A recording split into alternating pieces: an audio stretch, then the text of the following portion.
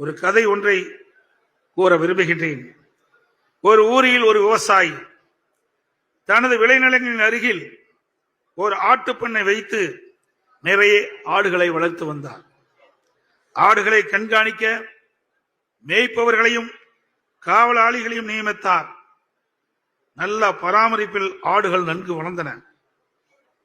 இதை பார்த்த சில ஓநாய்கள் எப்படியாவது இந்த ஆடுகளை கவர்ந்து சென்று நமக்கு இரையாக்க வேண்டும் என திட்டமிட்டன. ஆனால் காவலாளியின் கண்காணிப்பு கடுமையாக இருந்தது. எனவே ஓநாய்கள் ஆடுகளை கவர்ந்து செல்ல முடியவில்லை. எனவே ஓநாய்கள் தந்திரமாக ஆடுகளை கவர்ந்து சென்று இரையாக திட்டமிட்டன.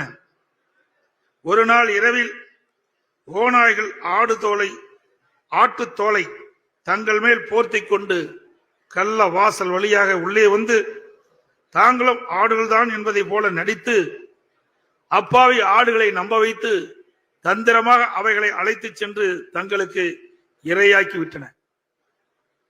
அந்த அப்பாவி ஆடுகள் தாங்கள் ஓநாய்க்கு இரையாகும் போதுதான் அந்த ஓநாய்கள் சுயரூபத்தை அறிந்து ஐயோ மோசம் போய்விட்டுமே என வருந்தின.